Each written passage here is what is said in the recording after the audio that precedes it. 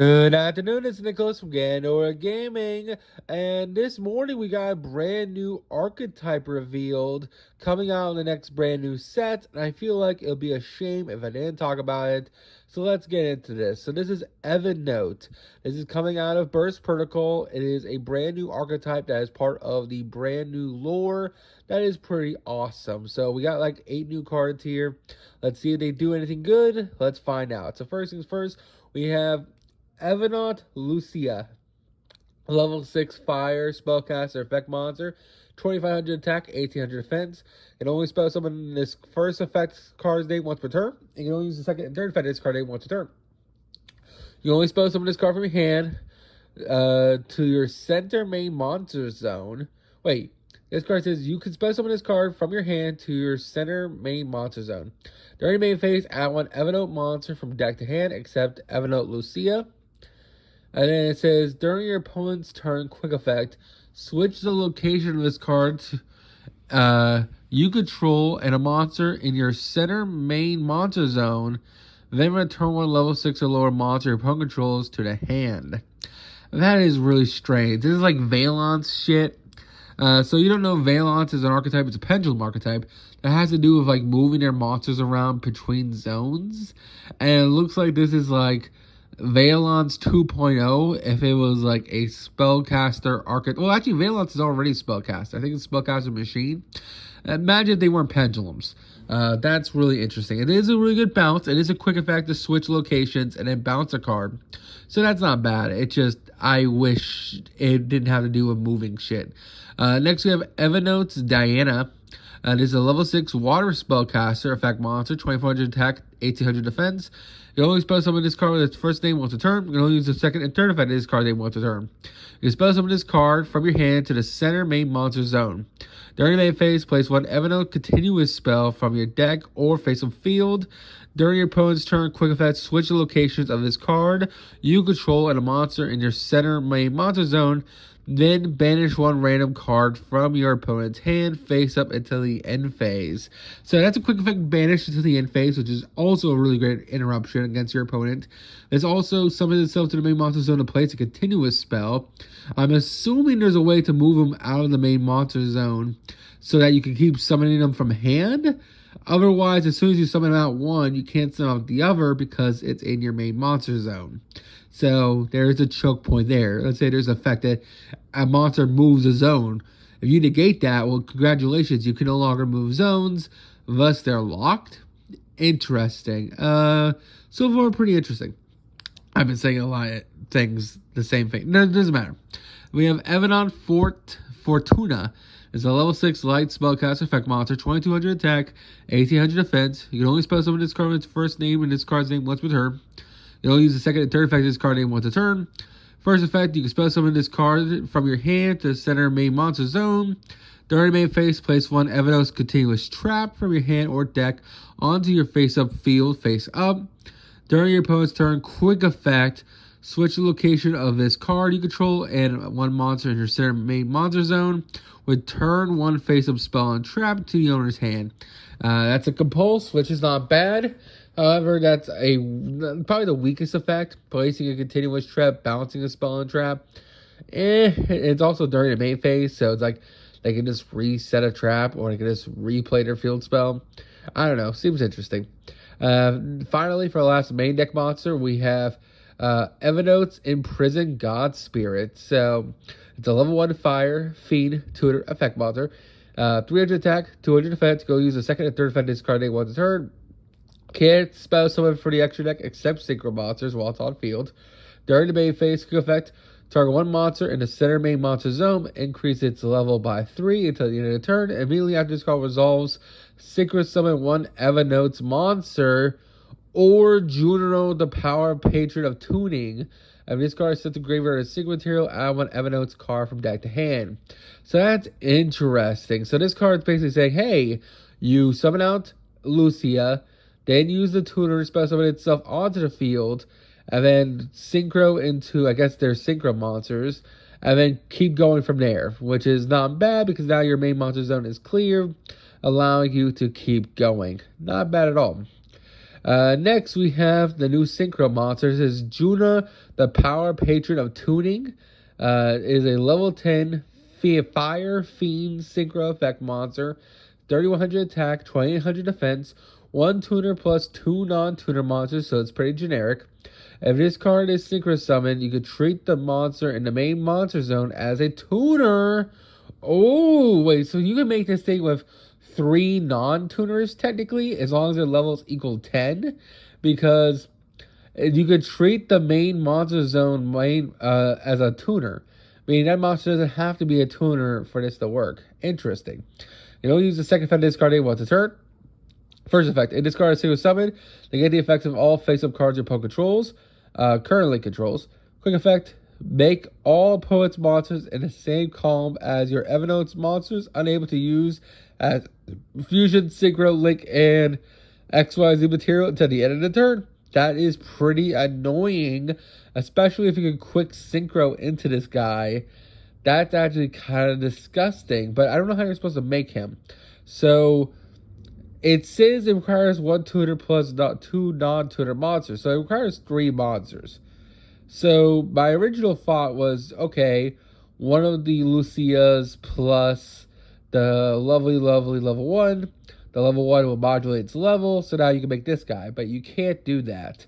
So because it requires 2 plus non-tuner monsters. So I'm not actually sure how you make this guy.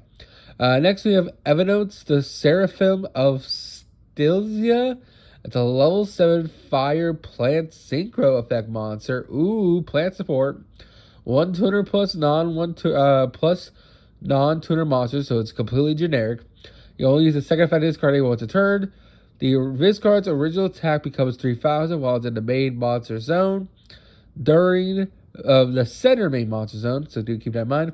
During the main phase, quick effect, special 1 level 6 or lower Elvennote monster from your hand or graveyard. Then decrease the level of that monster's all levels 4 or higher monsters currently in the field by 3 until the end of the turn. Also can't special extra rest of the turn except synchro monsters. Huh? So this card, as a quick effect, can just special summon a Elvennote from the hand or graveyard. Then you decrease the level of all level 4 or higher monsters currently on the field by 3 until the end of the turn. Also, you can't special summon extra except synchros. That's kind of a floodgate. If you can synchro this, if you can do that effect on your poster, which you can, because it's a quick effect. If you're going against a deck like Ryziel, congratulations, all your 4s are now 1s. What are you XYZ summoning now? Nothing. That's kind of diabolical. Next we have Elvennote's No Parallelism, or Homecoming Parallelism. It's a continuous spell. You only use the second effect discard name once a turn. First effect, a monster in the center main monster zone can't be destroyed by battle. Can't be destroyed by card effects, not by battle. You can send 1 monster from your hand or field to the graveyard, especially 1 Elvennote's monster with a different original attribute from the deck in defense position. Also, you can't spell summon for extra deck except the rest of the turn except synchro monsters. So this is how you're supposed to do it. So I guess your starter is the second one. So what you want to do is that you want to have Elvennote Diana. Elvennote Diana gives you a continuous spell. The continuous spell would be Homecoming. Homecoming, send Diana to get yourself the red one, which is Lucia. Lucia on special summon will then add an Elvennote's monster, which in this case will be the level 1 tuner. And then you just keep going from there, which is not bad. Overall, pretty nice. You also have another continuous spell. This is Elvennote's Reunion Trait. It's a continuous spell. Your opponent can target monsters in the center main monster zone with card effects. This card gains these effects based on the attribute of monsters in the center main monster zone. Fire Earth. If your synchro monster attacks the defensive monster, inflict piercing damage. Water Wind. Other phase of spell traps you control can be destroyed by opponent's card effects. Light and Dark. Take no battle damage. Interesting. And finally, we have 2 new trap cards. Oh, we have more. We have 4 more cards left. Holy shit. All right, so let's get straight into this. We have another continuous trap. First continuous trap. This is Elvennote's Oracle Aletheia. It's a continuous trap card. You can only use the second effect discard name once a turn. Can't activate the first and second effect discard name once a turn. Once per turn, target one face-up monster you control. Move that monster you control to another main monster zone. Makes sense, you have to move the zones. When your opponent activates a spell or trap card, if you control 3 or more Elvennote monsters, negate that effect. Then, if you control a synchro monster, destroy that card. Interesting. So now I think you actually want a combination of the yellow one and the blue one. Because what you really want to do is that you want to go normal summon the red one, or spell summon the red one into the main monster zone, get a continuous trap. The continuous trap will then move it out of the way so that you can have your main monster zone clear, so you can summon out the blue one. Blue one gets you the continuous spell. The blue continuous spell tributes one of them, I guess the blue one, to get you the red one. Red one summoned into the main monster zone because now there's your zone's not occupied anymore.